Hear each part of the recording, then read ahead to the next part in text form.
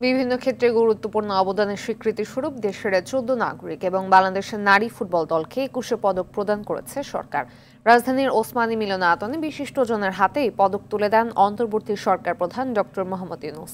এবার শিল্পকলায় চলচ্চিত্রে ২১ পদক পেয়েছেন আজিজুর রহমান, সঙ্গীতে উস্তাদ নীরদ বরণ বড়ুয়া ও ফেরদৌসারা, আলোকচিত্রে নাসির আলী মামুন, চিত্রকলায় রোকেয়া সুলতানা। সাংবাদিকতা ২১ পদক পেয়েছেন প্রয়াত মাহফুজুল্লাহ, সাংবাদিকতা ও মানবাধিকারে পদক পেয়েছেন মাহমুদুর রহমান, সংস্কৃতি ও শিক্ষায় ২১ পদক পেয়েছেন ডক্টর শহীদুল আলম, শিক্ষায় ডক্টর নিয়াজ্জামান, বিজ্ঞান ও প্রযুক্তিতে মেহেদী হাসান খান, সমাজসেবায় মোহাম্মদ ইউসুফ চৌধুরী, ভাষা ও সাহিত্যে প্রয়াত হেলাল হাফিজ, ভাষা ও সাহিত্যে শহীদুল জহির এবং গবেষণায় ২১ পদক পেয়েছেন মইদুল হাসান। এছাড়া ক্রীড়ায় বাংলাদেশ নারী ফুটবল দলকে দেয়া হয় ২১ পদক।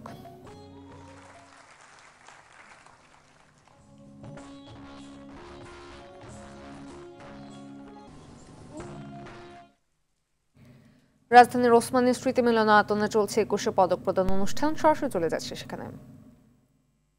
আগে ২১ পদক শিক্ষার জন্য পেয়েছেন, কে কৃতজ্ঞতা জানাই আমার নাম প্রস্তাব করার জন্য। আমি শিক্ষার জন্য সম্মান পেয়েছি।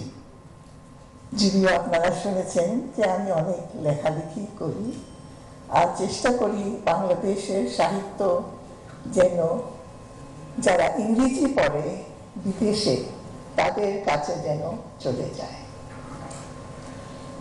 কিন্তু এই অর্জন শুধু আমার না, যারা আমাকে এই পথ চলতে সাহায্য করেছেন তাদের ছাড়া আমি এখানে আসতে পারতাম না।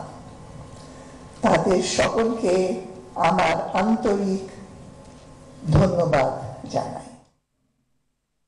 দর্শক, এতক্ষণ দেখছিলেন ২১ পদক প্রদান অনুষ্ঠানের অংশবিশেষ।